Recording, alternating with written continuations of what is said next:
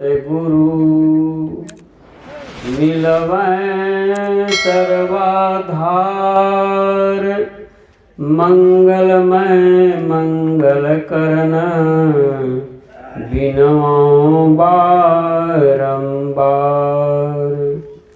ज्ञान उदधि अरु ज्ञान घन, सतगुरु शंकर रूप। नमो नमो बहुबारहि, सकल सुपूजन भूप। गुरु महिमा किस विधि कहूँ, मेरो जीव है एक। शेष महेशन कही सकें, जाको जीव अनेक। अव्यक्त रूप में परमाराध्य श्री सद्गुरु महर्षि में ही परमहंस जी महाराज के चरणों में बार बार नमन। और हमारे पूज्य बाबा दूर दराज से आए हैं, उनके चरणों में बार बार नमन। और हमारे गुरुजन सज्जन हैं, माता बहन हैं, सभी के चरणों में बार बार नमन। तो अभी हम लोग कुछ क्षण पहले रामचरितमानस के पाठ को हम लोग सुने किष्किंधा कांड से। और यहाँ का अभी सत्संग जो शुरुआत हो रहा है, शुरुआत हो गया है। ये श्राद्ध के अवसर पर सत्संग है। और किनके यहाँ हम लोग सत्संग करते हैं, सभी लोगों को ज्ञात है, मालूम है। ये हमारे चाचा जी थे, गुजर गए हैं, साल भर हो गया है, साल भर से बेसी होने जा रहा है, हो गया साल भर। उनके बाद हमारे ये चाची जो हैं, ये भी गुजर गई। तो हमारे चाचा जी का नाम था श्री असरफी यादव। असरफी का हम लोग नाम सुने हैं, लेकिन असरफी को देखे नहीं है। पर पुराने जमाने में लोग असरफी को रखते थे। राजा महाराजा के समय में असरफी था। और उनके सुपुत्र हैं 3, जिनका नाम है उमा शंकर यादव, श्री हरिराम यादव, श्री उमा शंकर यादव, श्री हरिराम यादव, श्री सीताराम यादव। तो सभे में भगवाने का नाम है। उमा शंकर जिसको कहते हैं, जिनके नाम से शिव चर्चा लोग करते हैं, उमा कहते हैं उनके धर्म पत्नी है शंकर भगवान की।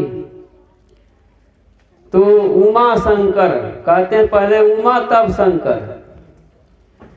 और हरे राम, तो राम जो है हर जगह हैं, व्यापक हैं, उनसे एक तिल भी खाली नहीं है। अब देखिए, उसके बाद आते हैं सीताराम। अब सीताराम जो कहते हैं, पहले सीता तब राम। तो इसका कहानी तो बहुत लंबा है। पहले सीता का नाम क्यों रखा गया, पीछे सीताराम तब राम, सीताराम। तो चलिए, ये तीनों सुपुत्र इनके मिलकर के अपने माता जी के श्राद्ध के अवसर पर सत्संग का आयोजन रखे हैं। और हमारे दूर दराज से ये बाबा परम श्रद्धेय अनिरुद्ध बाबा पधारे हुए हैं। तो ये हम लोग सत्संग जो कर रहे हैं, सत्संग में जो बैठे हुए हैं, इस श्राद्ध का अवसर पर सत्संग है। तो यह गुजर गई है, कुछ 12-13 दिन पहले शरीर में थी और आज नहीं है। ये सोचने वाली बात है। वो चली गई तो ऐसा बात नहीं है कि हम लोग नहीं जाएंगे, हम लोग को भी जाना है। आए हैं सो जाएंगे। राजा रंग फकीर, एक सिंहासन चढ़ चले, एक बांधे जात जंजीर। और मीरा जी क्या कहती, सहजोबाई क्या कहती हैं, चलना है रहना नहीं, चलना विश्वा बीस, सहजो तनिक सुहाग पर का गुथावे शीश। उनके गुरु चरणदास जी महाराज कहते हैं, जब शादी हो रही थी, शादी होने से पहले उनके सखी लोग श्रृंगार कर रही थी, चोटी गूंथ रही थी, मेहंदी लगा रही थी। खड़ाऊ पहने लाठी लिए चरणदास जी महाराज आंगन में घुसते हैं, प्रवेश करते हैं और देखते हैं कि इनकी जो है हमारे भक्तिन का, हमारे शिष्या का ये श्रृंगार हो रहा है। तो वे एक दोहा वहां बानी छोड़ देते हैं, चलना है रहना नहीं, चलना विश्वास सहजो तनिक सुहाग पर काह गुथावे शीश। अब विचार करें, ऐसी बात ठोकर मार देते हैं, वे निकल जाती है। अब शादी क्यों करेगी, शादी नहीं की, चली गई, भक्तिन बन गई, निकल गई घर से। तो संत कबीर साहब कहते हैं कि दिन 10 नई हर खेल ले फिर सासुर जाना हो। ये 10 इंद्रियां में रह करके हम लोग खेल लें, लेकिन एक दिन ससुराल जाना होगा। हमारी चाची चली गई, ऐसा बात नहीं कि पतोहू नहीं जाएगी, सबको जाना होगा। यही तो हम लोगों को याद नहीं रहता कि हमको जाना है यहाँ से, भूल जाते हैं। जिस समय अर्थी उठती है यहाँ से तो क्या कहते हैं, राम नाम सत्य है, राम नाम सत्य है। ये राम नाम सत्य का नारा लगाते हुए कहाँ जाते हैं, श्मशान घाट तक। वहां जाकर के चुप हो जाते हैं, चुप मार देते हैं। तो एक समय की बात है, भगवान शंकर जी और पार्वती जी दोनों बैठे हुए थे। अब देख रहे हैं कि राम नाम सत्य का नारा लगाते हुए किसी गांव से अर्थी निकली और जाकर के मसान घाट में जाकर के राम नाम का नारा चुप हो गया। भगवान शंकर जाते हैं, उस चिता की राख को शरीर में लपेटना शुरू करते हैं, भस्म लगाना शुरू करते हैं। पार्वती जी कहती हैं कि महाराज आप क्या कर रहे हैं, प्रभु के क्या कर रहे हैं, ये राख को लगा रहे हैं शरीर में। वे कहते हैं हे सती तुम नहीं जानती हो, इसमें राम नाम घुस गया है। आकर के देखी नहीं कि अमुक गांव से जो है वह राम नाम का नारा लगाते हुए लोग आए और यहाँ चुप लगा गए। इसका मतलब यही है कि चिता में घुस गए, इसलिए मैं इस भस्म को मैं लगाता हूँ। देखिए राम नाम कहाँ घुस गया पता नहीं है। हम लोग नारा लगाते हैं लेकिन राम नाम का विषय में वो नहीं जानते हैं। ये 5 तत्व का शरीर मिला है, 5 तत्व का शरीर का महत्व हम लोग नहीं जानते हैं। इसी शरीर में हम लोग रह रहे हैं लेकिन इसका मर्म नहीं जानते हैं। भगवान राम क्या कहते हैं, जब तारा रोने लगी थी, जिस समय बाली का वध हुआ था और राम जी समझा रहे उस समय में, जब तारा रोने लगी तो बाली के गुजरने पर तो भगवान राम क्या समझाते हैं कि चित जल पावक गगन समीरा, पंच रचित अति अधम शरीरा, प्रगट सो तन तु आगे सोवा, जीव नित्य तुम कही लगी रोवा। जीव तो नित्य है, तुम किस लिए रोती हो, जिसके लिए तुम प्रेम करती थी जिस शरीर से, वह शरीर तो तुम्हारे आगे सोया हुआ है। आज हमारे माता पिता शरीर छोड़ देते हैं, हमारे चाची जी शरीर छोड़कर चली गई तो हम लोग को सवेरे मालूम हुआ कि हमारी चाची नहीं है, लेकिन रात में तो कितने लोग रोए धोए होंगे। इनके घर के परिवार के लोग, पुत्र लोग कितने रोए होंगे कि आज हमारी माँ दुनिया से चली गई। जीव तो उसको हम लोग देखते नहीं हैं, लेकिन शरीर से पहचान होता है कि ये हमारी माता है, हमारे पिता है, हमारे भाई है।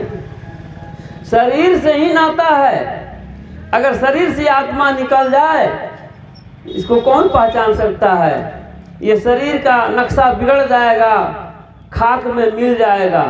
अब मिल गया, श्मशान घाट लेकर गए और वहां जाके देखी तो चाची है, भस्म को खोजिए तो उसमें पहचान में आएगा, राख मिल गया। लाखपति का राख हो चाहे खाकपति का राख हो, सब एक के समान है। अब विचार करें, इसलिए भगवान राम समझाते हैं जीव तो नित्य है, तुम किस लिए रोती हो। बहुत उनको समझाते हैं। कहने का मतलब है उसी तरह इस आत्मा को तो गीता में कृष्ण भगवान कहते हैं, इस आत्मा को कोई काट नहीं सकता है, इसको कोई जला नहीं सकता है। ये अविनाशी है, ईश्वर अंश जीव अविनाशी, चेतन अमल सहज सुख राशि। ये चेतन है, अमल है, मल रहित है, इसको कोई जला नहीं सकता है। किसी को काटते हैं, मारते हैं, उसके शरीर को काट दें, मार देते हैं, रिवॉल्वर से पिस्तौल से उसको दाग देते हैं तो शरीर को ना दागते हैं, आत्मा को थोड़े दाग सकते हैं। किसी को काटते हैं तो शरीर को काट देते हैं, अंग से उसको, शरीर से उसको निकाल देते हैं, लेकिन आत्मा को कोई कुछ कर नहीं सकता, उसको बिगाड़ नहीं सकता है।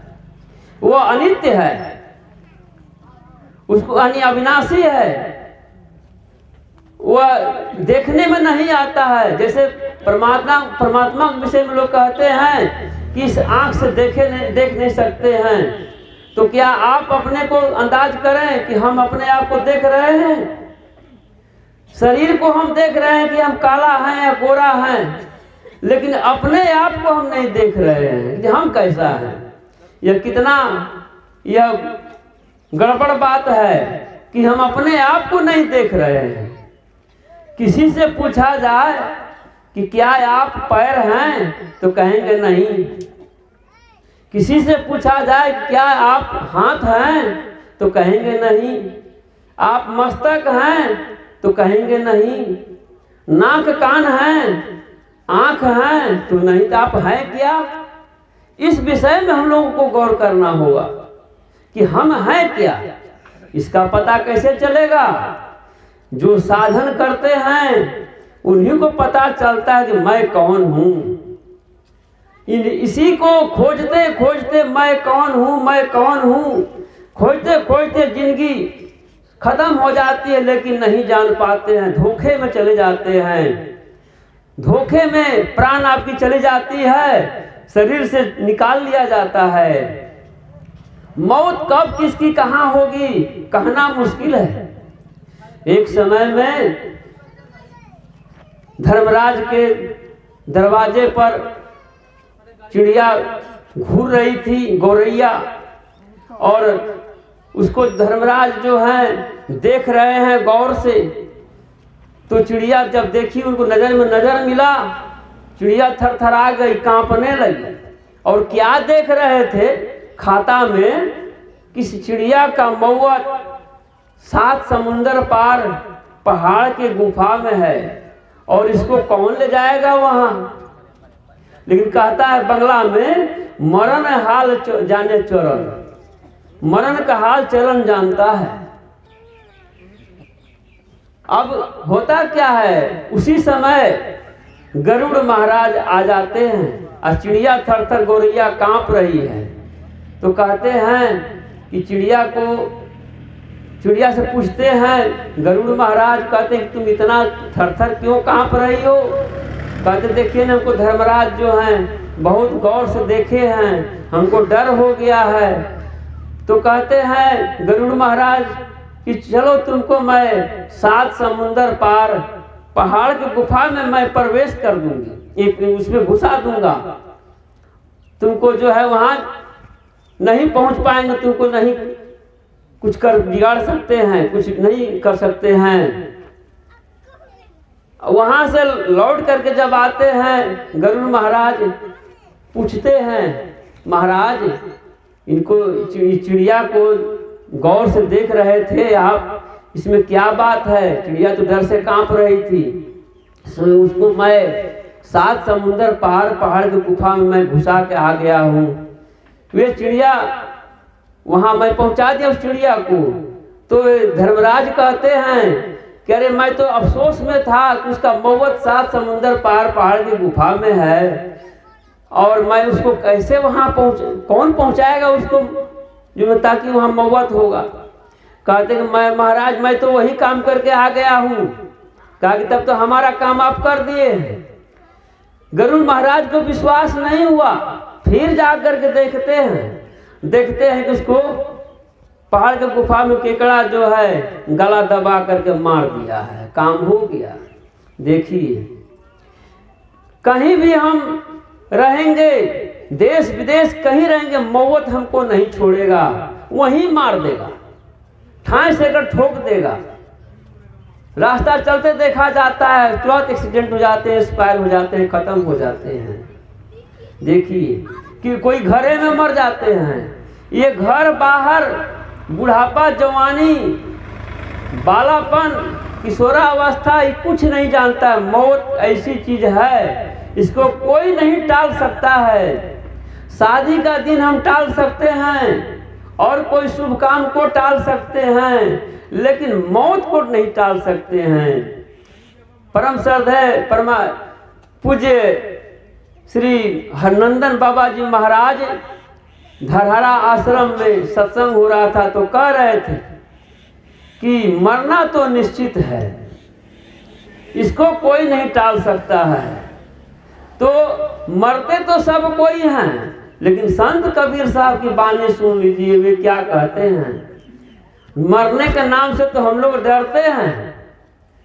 मरने के नाम से एक राजा डर करके, उनकी कहानी थोड़ा हम लोग सुन लें। एक समय में एक महात्मा के पास जंगल में झरना के किनारे गए, महात्मा जी ध्यान कर रहे थे। राजा साहब गए दर्शन करने हेतु।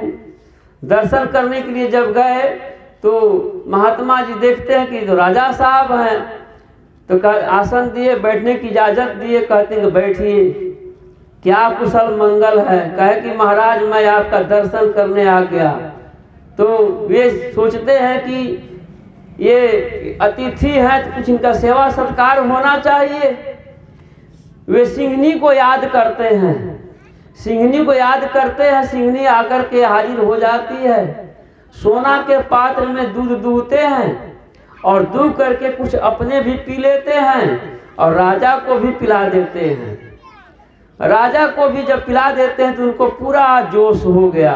सिंहनी का दूध में कितना ताकत है। गाय का दूध में तो बछड़ा दूध पीता है, सब तो दूहिए लेते हैं, थोड़ा सा पिलाते हैं तो कितना फोई फोई करता है, बछड़ा सब उड़ता है। तो सिंहनी का दूध में कितना जोश होगा। राजा को जब दूध पिला दिए तो उनको जोश हो गया पूरा। तो राजा साहब को महात्मा जी क्या कहते हैं, राजा साहब एक बात सुन लीजिए, 7 दिन के अंदर आप मर जाइएगा। इनका होश खत्म, जोश खत्म। राजा साहब का जोश खत्म। घोड़ा पर चढ़े, सवार होकर के घर पर आए। अब उनको स्नान और भोजन सुहाता नहीं है। उनकी दासी आकर के कहती, राजा साहब स्नान किया जाए, भोजन किया जाए। कहते हैं अरे हमको कुछ नहीं सुहाता है। रानी के महल में जाते हैं, वहाँ भी अच्छा नहीं लगता है, पलंग भी अच्छा नहीं लगता है, राजमहल राजभवन ये पूरा राज अच्छा नहीं लगता है, बिल्कुल उदासमय लगता है। दिन गिनते हैं, आज फलना दिन है, कल फलना दिन है। दिन गिनते गिनते 7 दिन जब पूर गया, राजा साहब का शरीर नहीं छूटा। कहते हैं कि राजा साहब की ये महात्मा ढोंगी है, हमको बहुत झूठ बात बोल दिया कि 7 दिन के अंदर मर जाओगे।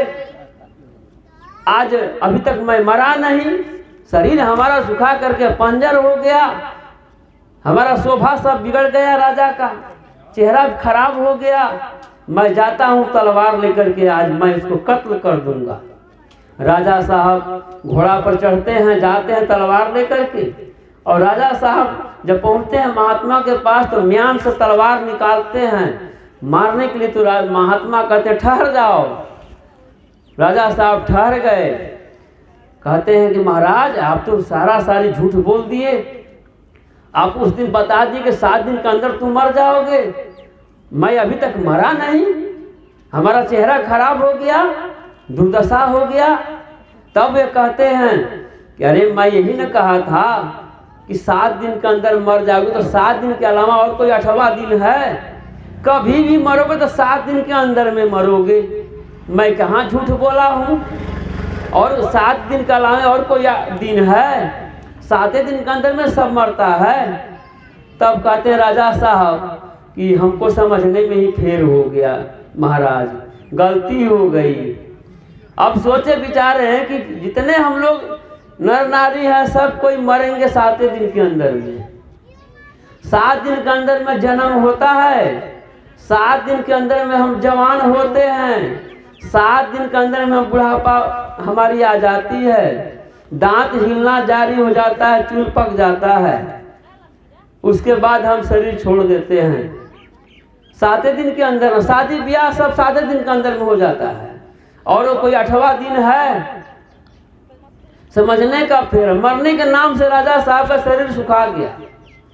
अब कबीर साहब कहते हैं कि ऐसी मरनी मरिए दिन में 100-100 बार।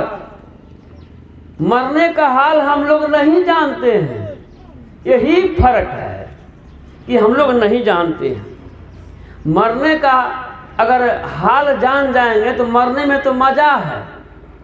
किनको किनको मजा मिला है, जितने संत महात्मा हुए सबको मरने में मजा मिला है, मरने में सुख है, दुख नहीं होगा। तब कब? जब अंधकार मंडल से हम निकल जाएंगे, प्रकाश मंडल में जब पहुंच जाएंगे, शब्द जिनकी पकड़ हो जाएगी उनको मजा मिलेगा। काल के चपेट में पड़ेंगे, काल के चपेट में जब पड़ जाएंगे तब तो दुख होगा। वही बात आ जाती है कबीर साहब की कि एक सिंहासन चढ़ चले बांधे जात जंजीर। एक तो सिंहासन पर अच्छा कर्तव्य करते हैं तो वे सिंहासन पर उनको स्वागत करते हुए फूल का माला पहनाते हुए ले जाते हैं, देवदूत आते हैं, देवदूत ले जाते हैं। और जो अच्छा कर्तव्य नहीं करते हैं तो उनके स्वागत में मुंगड़ा रहता है। कबीर साहब कहते हैं, क्या कहते हैं? कांटा कुसा में घिचने जैतो पता लगतो तखनी, चामो के पुतली भजन कर गए अंधरी। हाथों बांधतो गोड़ों बांधतो, हाथ गोड़ दोनों बांध लेगा। थाक थकैया नाच नचैतो पता लगतो तखनी। अब विचार करें, दागेगा, जमराज दागते हैं।